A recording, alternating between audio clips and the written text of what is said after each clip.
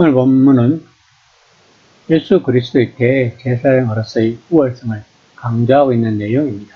본문에서는 예수님이 인간 대제사장들과는 달리 죄가 없으시며 모든 시험을 겪으셨지만 완전하신 분으로서 우리 모두를 영원한 구원으로 이끌 수 있는 분임을 설명하고 있습니다. 또한 예수님은 하나님이 임명에 의해 대제사장이 되셨으며 이는 인간 대제사장과는 다른 예수님의 우월성을 이야기하고 있습니다. 그러므로 오늘 본문은 예수님의 신성과 인류를 위한 그분의 사역을 깊이 이해하기를 저자는 독자들에게 권면하고 있는 것입니다. 저자가 본문에서 말하고 싶은 것은 하나님의 오랜 약속, 즉 영원히 그리고 완벽하게 수행하실 위대한 대제사장을 자기 백성들에게 마침내 보내겠다는 약속을 예수님이 성취하셨다는 것입니다. 다시 말하면 그분은 하나님과 우리 인간 사이의 중재자 역할을 완벽하게 하셨다는 것입니다. 왜냐하면 그분은 우리 인간들이 약해지고 병들고 사망에서 거듭 유혹받는 것이 무엇인지 아직 기억하는 참 인간이시기 때문입니다. 본 서신과 바울 서신에서 나타난 초기 그리스도인들의 중심 신앙 가운데 하나는 예수님이 온전하고 영광스럽게 인간으로 남아 계시고 한 인간으로서 세상을 통치하신다는 것입니다. 그러므로 예수님이 아버지 앞에서 우리를 대표하실 때 그분은 엄청나게 높은 곳에서 우리를 내려다보면서 저 아래에 있는 정말로 구제 불능의 가련한 피조물에 대해 잘난 체 하지 않으신다는 것입니다. 그분은 참 인간으로서 이 땅에 우리와 함께 계셨기 때문에 우리들의 실상을 잘 알고 계시며 우리들을 공감하실 수 있다는 것입니다. 4장 14에서 16절입니다. 그러므로 우리에게 큰 대제사장이 계시니 성천하신 이 곧 하나님의 아들 예수시라.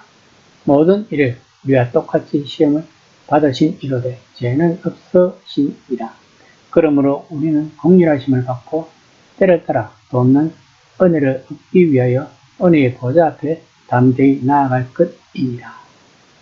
본문에서 저자는 예수님이 곧장 하늘로 가셨다고 말하고 있습니다. 유대교의 다양한 고대 책들은 여러 층의 하늘이 있다고 말합니다. 고린도후서 12장 2절에서 바울은 셋째 하늘로 이끌려 갔다고 말합니다. 솔로몬이 성전을 건축할 때 그는 저 하늘 위의 하늘이라도 주님을 모시기에 부족할 것이라고 선포했습니다. 저자마다 다양하게 표현하지만 하늘은 우리 인간이 살고 있는 시공간, 우주인, 땅과 반대되는 하나님의 영역으로 생각하고 있었던 것입니다. 즉 하늘 안에 여러 층이 있고 하나님의 거처가 가장 깊은 곳에 있다는 생각을 하고 있었다는 뜻입니다.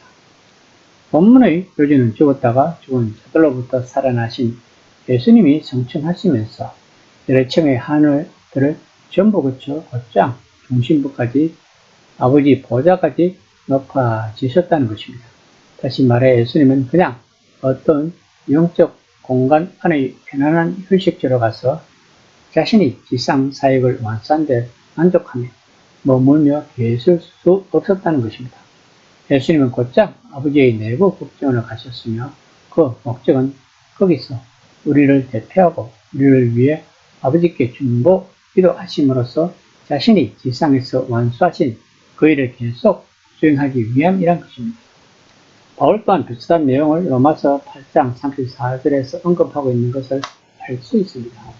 그러므로 우리가 하늘 아버지께 기도할 때 우리는 깊은 골짜기 너머로 고함을 지르지 않아도 된다는 것입니다. 우리는 우리에 대해 전혀 관심이 없는 어떤 신의 이목을 끌려고 애쓰지 않아도 된다는 것입니다. 본문은 이것을 이렇게 표현하고 있습니다. 곧 우리는 은혜의 보좌로 가고 있고, 즉 우리는 하나님을 은혜의 하나님으로 생각하고 있으며 우리는 그 앞으로 당당하고 확신 있게 갈 수 있고 마땅히 그래야 한다는 것입니다.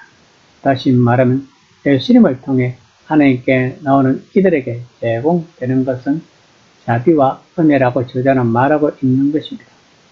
자비는 우리가 완전히 가라앉을 수도 있는 죄와 어리석음에서 우리를 자유롭게 한다는 것입니다.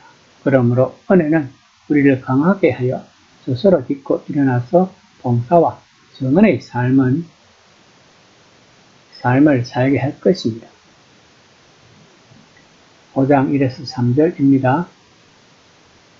대제사장마다 사람 가운데서 택한 자이며 하나님께 속한 일에 사람을 위하여 애물과 속지 않은 제사를 드리게 하나니 그러므로 백성을 위하여 속죄제를 드린 것 같이 또한 자신을 위하여도 드리는 것이 마땅하리라.